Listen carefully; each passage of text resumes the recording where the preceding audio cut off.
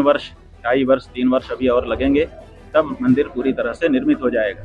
जब मंदिर बन जाएगा तो स्वाभाविक है कि प्रतिष्ठा का कार्यक्रम आरंभ होगा। अभी जो कुछ हुआ है वो एक राजनीतिक कार्यक्रम था, वो हो गया, अब उसको भूल जाइए। जो हमको उचित लगा, सच लगा वो कहा। और अभी तक कोई भी भारत देश से निकल करके राजनेता या विद्वान नहीं आया जिसने ये प्रतिज्ञा देश के सामने कर ली होगी कि अभिमुक्तेश्वरानंद गलत कह रहे हैं, मंदिर तो बन चुका है। ऐसा किसी ने नहीं कहा।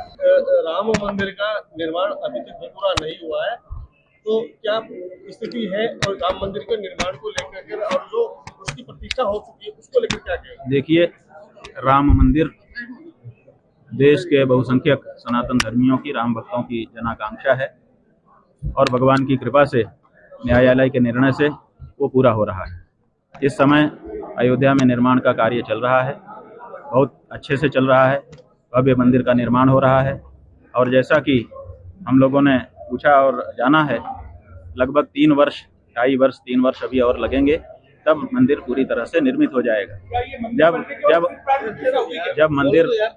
जब मंदिर बन जाएगा तो स्वाभाविक है कि प्रतिष्ठा का कार्यक्रम आरंभ होगा। अभी जो कुछ हुआ है वो एक राजनीतिक कार्यक्रम था, वो हो गया, अब उसको भूल जाइए। राम जी का मंदिर बन रहा है, भव्य बन रहा है, और जब वो निर्मित हो जाएगा तो स्वाभाविक रूप से आप बताइए कि जब मंदिर का शिखर बन जाएगा तो उस पर कलश चढ़ेगा कि नहीं चढ़ेगा? जब मंदिर का निर्माण हो जाएगा तो उसके ध्वजा चढ़ाई जाएगी कि नहीं? वहाँ पर जहाँ जहाँ शिखर में जिन जिन जगहों पर जिन जिन देवताओं की पूजा होती है, जो जो न्यास होते हैं, वो होंगे कि नहीं? तो स्वाभाविक है कि जब मंदिर बन जाएगा तो वहाँ पर प्रतिष्ठा का कार्यक्रम होगा, उसका भी लाभ हम सबको मिलेगा। कोई चिंता करने की हिंदुओं को आवश्यकता नहीं है, इस बारे में प्रगति पर है काम।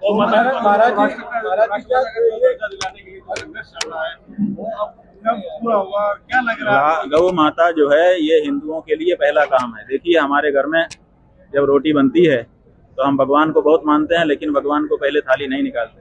हम गुरु को बहुत मानते हैं, लेकिन उसका भी पहली रोटी नहीं निकालते। पहली रोटी गाय की निकलती है। इसका मतलब है कि हमारे लिए सर्वप्रथम गाय है।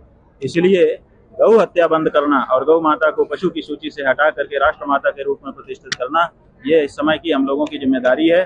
और हमको प्रसन्नता है कि देश के हिंदुओं ने इस बात को समझना शुरू कर दिया है और इसके लिए गौ मतदाता के रूप में प्रण लेना शुरू कर दिया है कि अब हम भविष्य में जो भी चुनाव होंगे उन चुनावों में उसी पार्टी या प्रत्याशी को वोट करेंगे जो पार्टी या प्रत्याशी शपथ पूर्वक ये घोषणा कर चुका होगा कि अगर हम जीते तो पहला काम गौ माता का करेंगे। NSVI से हम कभी भी संबद्ध नहीं रहे। हाँ, अखिल भारतीय विद्यार्थी परिषद से जरूर हम संबद्ध रहे। जब हम पढ़ रहे थे उस समय छात्र नेता के रूप में छात्र संघ के अध्यक्ष का पद चुनाव हमने अखिल भारतीय विद्यार्थी परिषद के पैनल से लड़ा था और अध्यक्ष बने थे। तो इस तरह का आरोप हमारे ऊपर लगाना ये केवल दुष्प्रचार करने की भावना है, इससे ज्यादा कुछ नहीं। तरह से उठाई ही नहीं है कि राजनेता उससे बन जाएं। अब पहली बार देश के बहुसंख्यक हिंदुओं ने मतदान से गौ माता के मुद्दे को जोड़ दिया है और किसी भी राष्ट्र पार्टी को मतदान तो चाहिए ही होता है। इसलिए अगर उनको मत चाहिए होगा तो वो गौ माता के बारे में अपनी प्रतिबद्धताएं सार्वजनिक करेंगे। महाराज जी, क्या कारण है कि इतने सारे लोग आए अयोध्या में, जो आयोजन हुआ, बड़े बड़े संत और सब लोग आए, केवल मात्र आप ही जो है ये खुलकर कहा कि ये पूर्ण नहीं हुआ? बहुत से लोगों ने उसे एक्सेप्ट किया और मंदिर के अंदर भी गए। देखिए, सबकी अपनी अपनी व्यवस्थाएं होती हैं, सबके अपने अपने व्यवहार होते हैं, सबका अपना अपना। ये व्यक्ति बहुत गलत है, ये बीच में बोलने लगता है। बाद में भी तो पूछ सकते हो, तुम इतनी जल्दी क्या है तुमको? अभी हम इनकी बात बता रहे हैं। तो हमारा ये कहना है, व्यवहार करने का, रिएक्ट करने का तरीका होता है। तो अपना व्यवहार होगा, अपनी उनकी प्रतिबद्धता होगी, उनकी क्या मजबूरियां हैं, हम सब कुछ तो नहीं जानते, इसलिए किसी के बारे में हम कुछ नहीं कह सकते। हाँ, हमने जो हमको उचित लगा, सच लगा वो कहा। और अभी तक कोई भी भारत देश से निकल करके राजनेता या विद्वान नहीं आया जिसने ये प्रतिज्ञा देश के सामने कर ली होगी कि अभिमुक्तेश्वरानंद गलत कह रहे हैं, मंदिर तो बन चुका है। ऐसा किसी ने नहीं कहा। तो ऐसी स्थिति में हमारी बात स्पष्ट हो चुकी, सिद्ध हो चुकी।